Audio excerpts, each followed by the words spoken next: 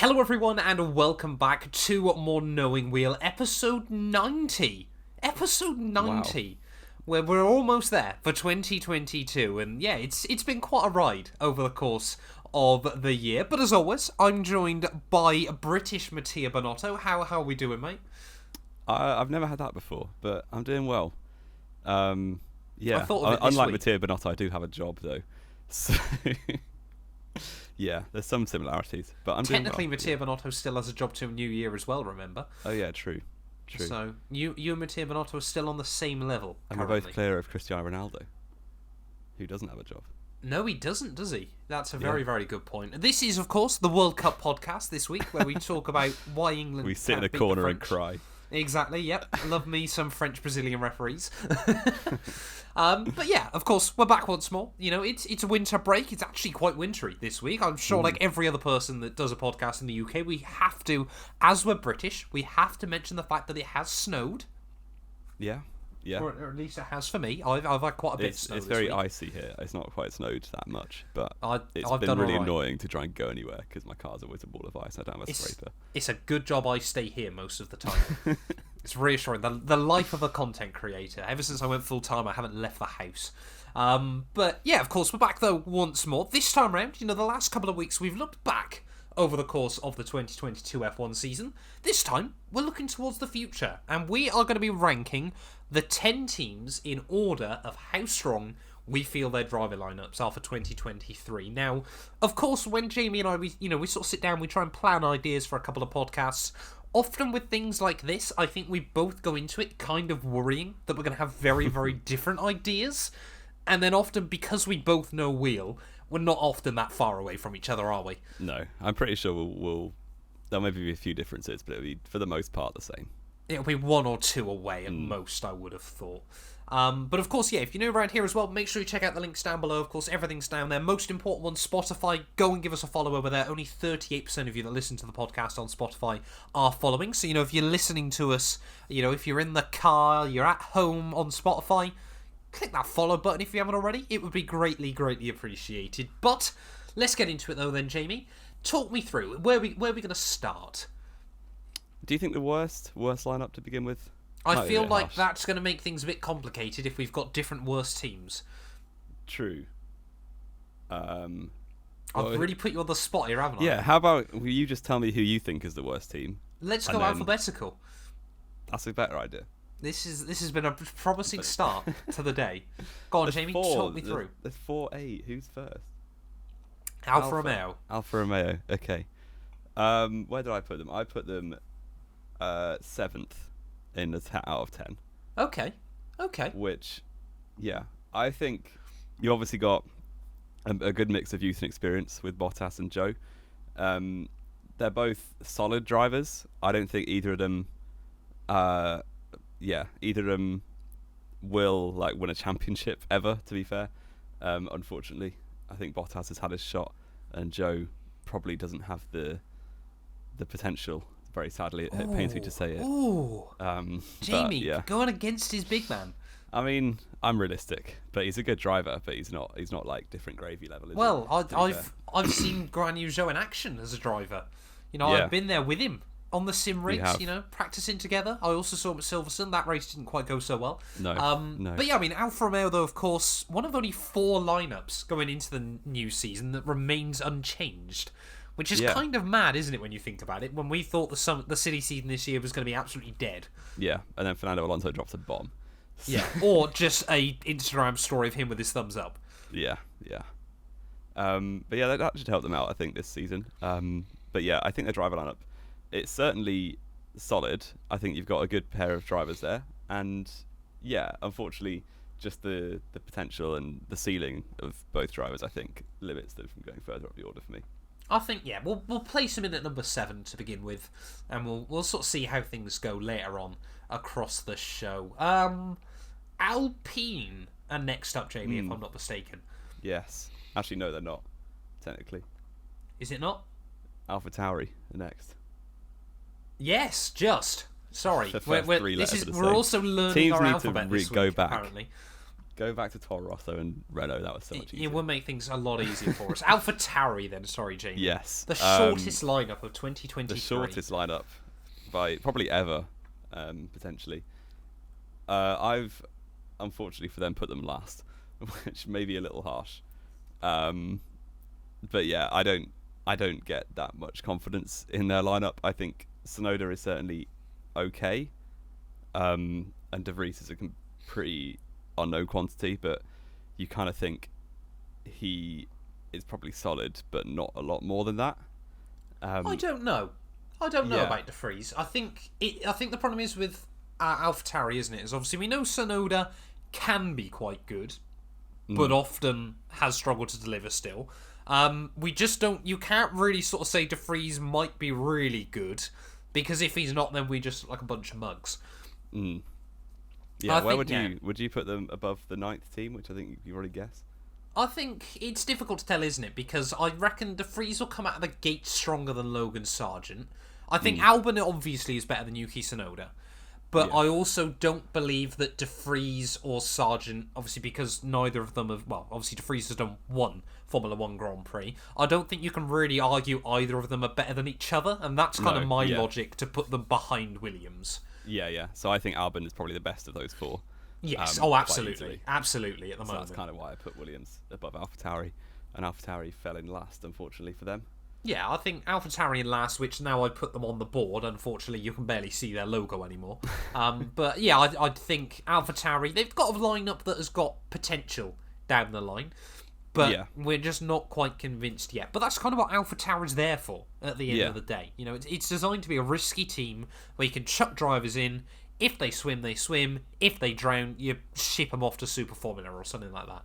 Yeah, and I reckon if you go back through the years, before each season, you probably have AlphaTauri / Toro Rosso at the bottom. Or close to, yeah. But it just sometimes you happen to have Max Verstappen and Carlos Sainz, which is a pretty good lineup, but they're both rookies. So. It's mad to think about now, isn't it? But even then, going into 2015, I don't think anyone would have backed either of them to end up where they've ended up. Not at all. But yeah, shall we move on to Alpine? The all-French super team. The French super team. We don't like the French now, do we, Jamie? Talk about the French right now. They're going in 14th. I slotted them in just above Alfa Romeo. Okay. In what's that, 6th place? Yeah. I think they're quite comfortably ahead of Alfa. But yeah, I was close actually with the team in 5th with Alpine. Because, yeah, I mean, they're the team after this, so we can basically just talk about them now. But it was kind of like Aston Martin and Alpine, I think, are very difficult to call because Aston obviously have Alonso that drags up the quality massively, but then Stroll drags it down quite a lot. Whereas Alpine, I think they're both solid. Like, but they're obviously nowhere near as good as Alonso, or Ocon isn't that bad because he did beat him on points, to be fair to him. But Alonso did also miss out on 483 points last year due to unreliability. Exactly. He missed out on the championship because he drove for Alpine. Yep. Because Aston Martin's going to fix everything.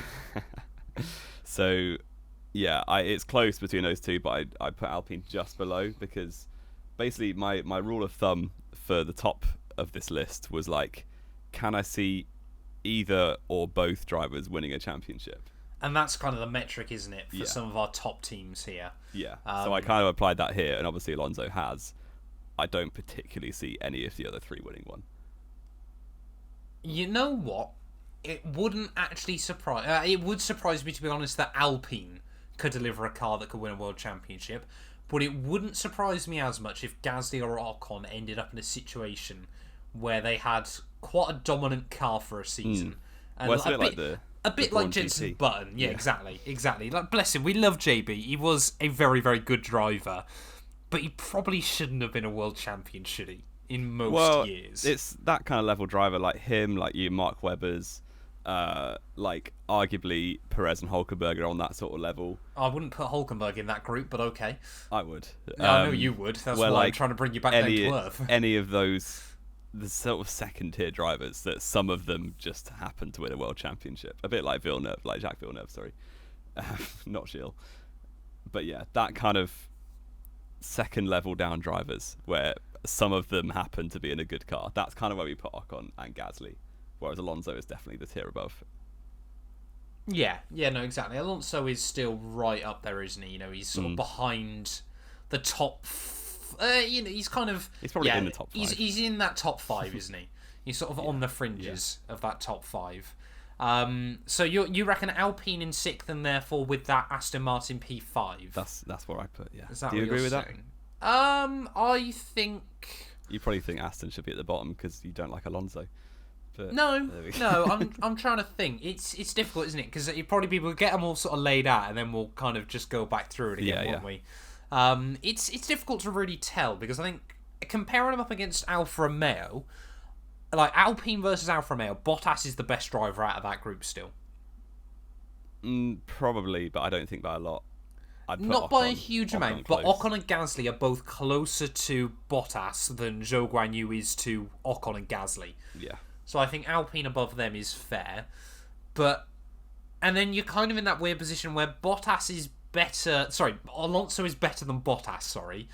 Yeah. But Stroll is obviously better than Zhou Guanyu, but again, it's not by a lot. And does it outweigh Alpine?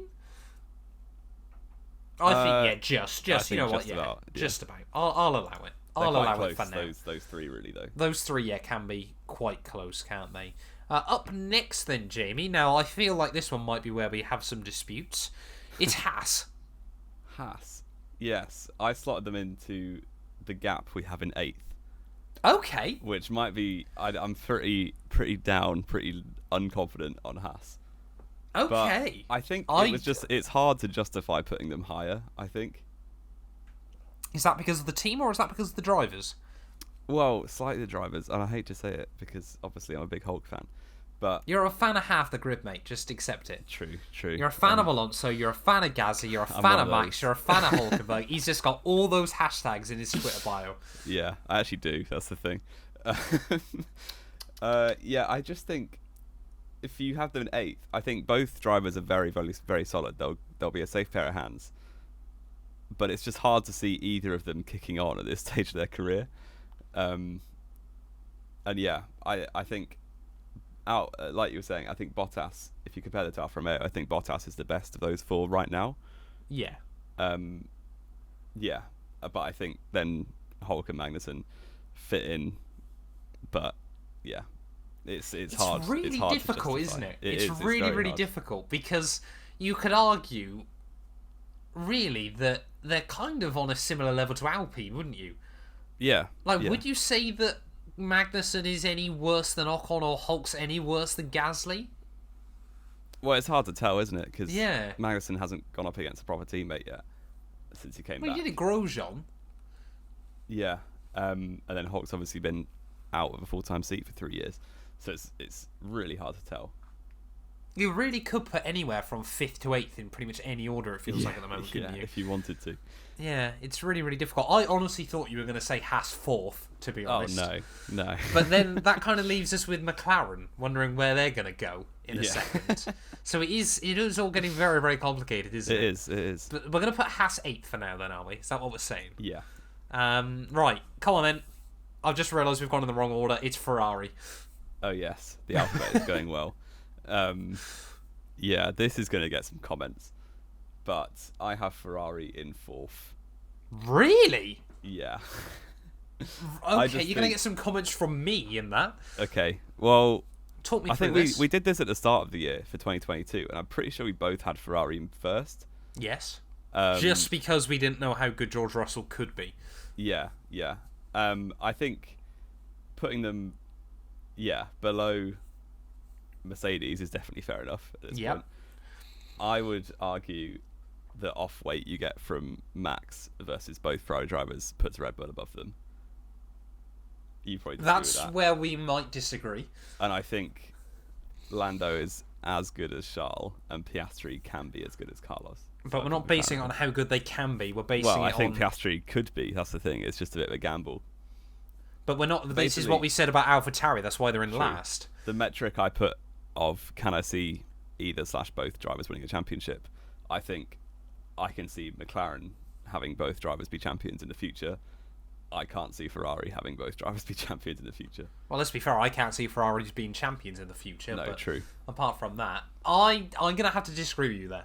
Okay. I feel like it's difficult, isn't it? Because again, if you'd asked us, Sainz's stock has dropped so much this year. It has really not been a good year for him. But I'd say Leclerc is just below Verstappen. Just below.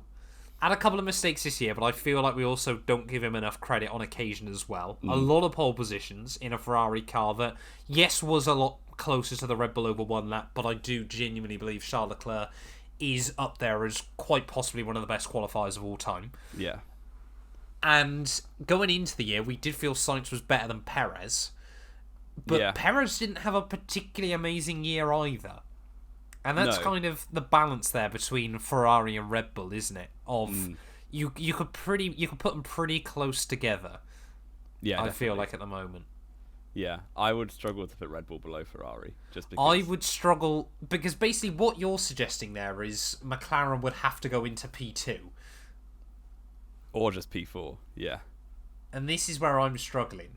Like, I think we're kind of getting to the point now, aren't we, where we're kind of just putting multiple teams in one go.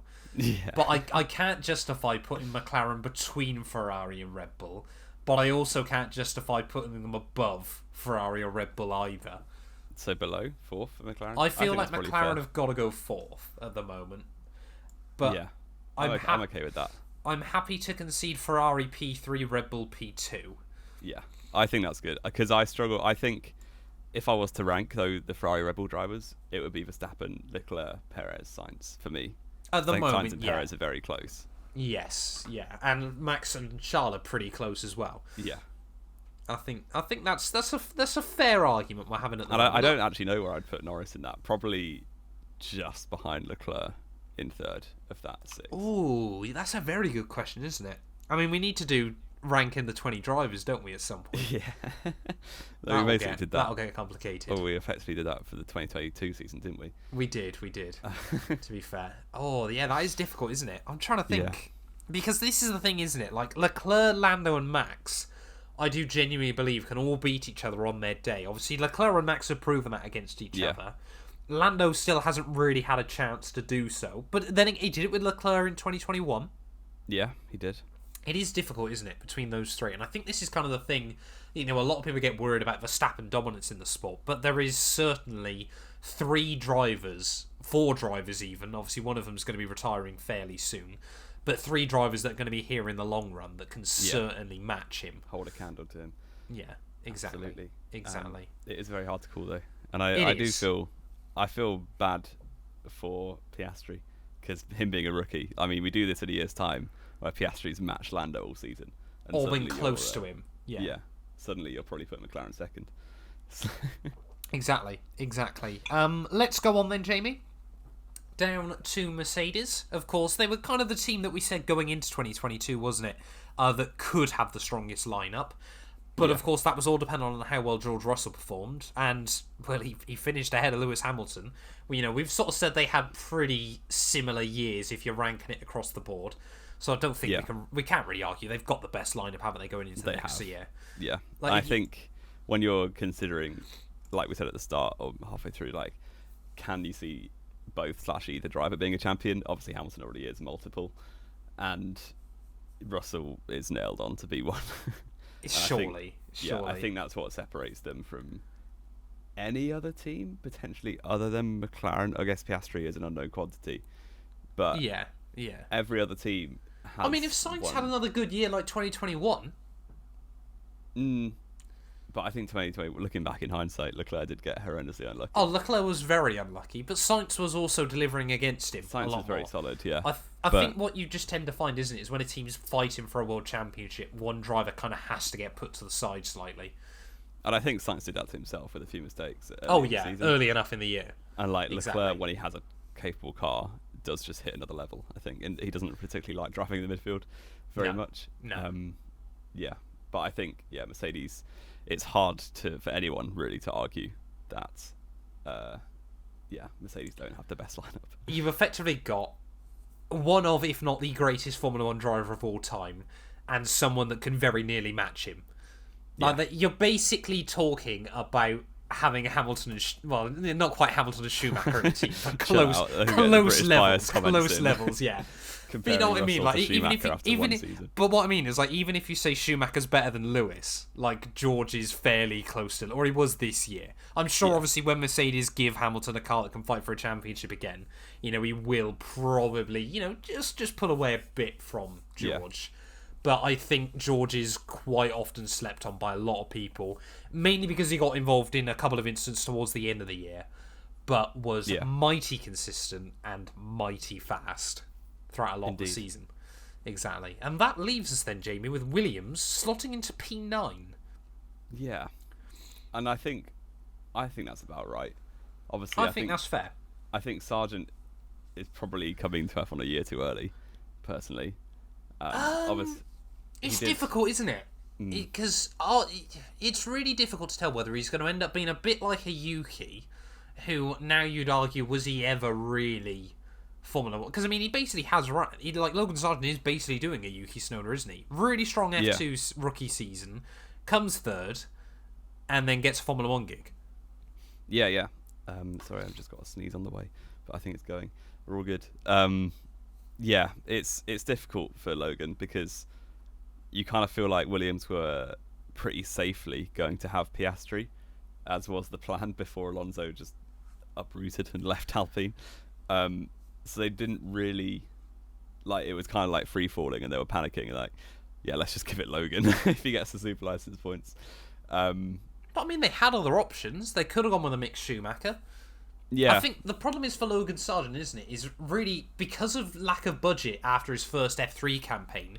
He should have probably spent 2 years in F2. He just shouldn't have done the second year in F3. Is kind of the issue, isn't it? Did he do a second? So he was F3 He did 2 seasons in F3. So I know in his rookie season he gave Piastri a good run for his money. Yeah, exactly. It didn't have the money to go into F2 for 2021, so I'm pretty certain in another F3 I thought he'd still a year out. Let me just double check. You keep talking quickly. Yeah, so I mean in F3 he was fairly close to Piastri and Pourchaire, I believe, was the other driver in that. So he's clearly quick, but in the F2 season was kind of obviously the kind of structure of F2 made it be really difficult to gather consistency because of the gaps between races. But it was very much he was good in fits and whatever the saying is. He wasn't like super consistent. If you compare, just realised as well, obviously, that I'm taking away the tier list because I'm too busy researching Logan Sargent quickly. Yeah, apologies to our YouTube viewers, but this is why you go on Spotify. Exactly. Logan Sargent did compete in F3 2021. He came 7th, I think it was, with Charouz. Oh, that's a shame. He couldn't buy a capable team with the money he had, clearly. Exactly. But yeah, he'll be quick, but I think he'll struggle for consistency.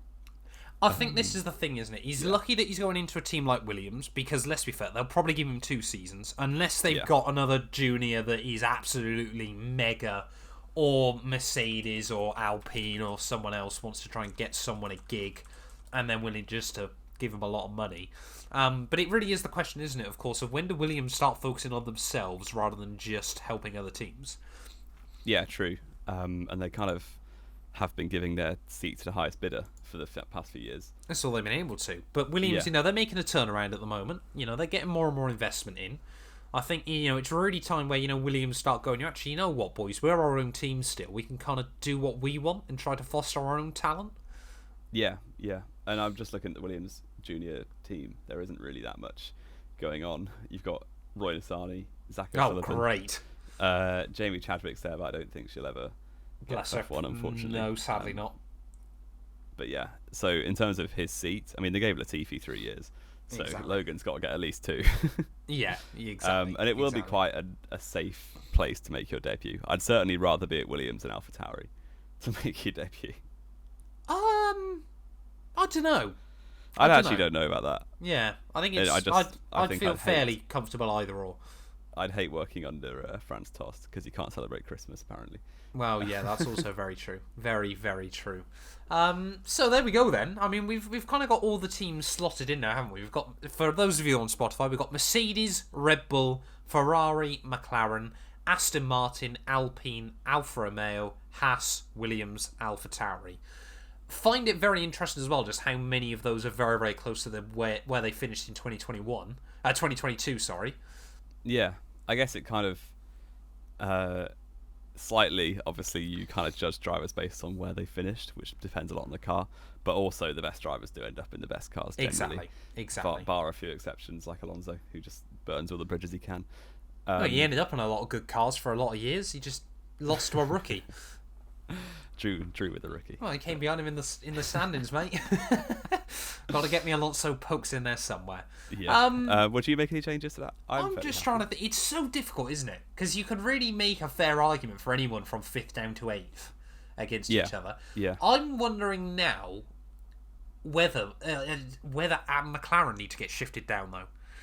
Behind Alonso? Well, I'm trying to think. Like, would we say Alonso is worse than Lando Norris? It's close. It's I close. I think I would just take Alonso right now. But Stroll ahead of Piastri?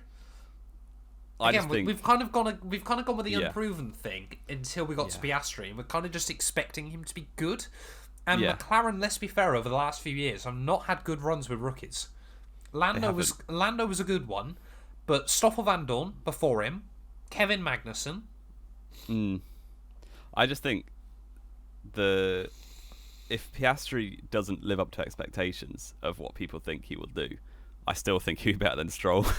Yeah, very true. If Piastri flops, he's probably just being okay rather than being top. And it's just Lando is wildly underappreciated still in the sport. Yeah, I think that's fair at the moment. It's just difficult to judge, isn't it?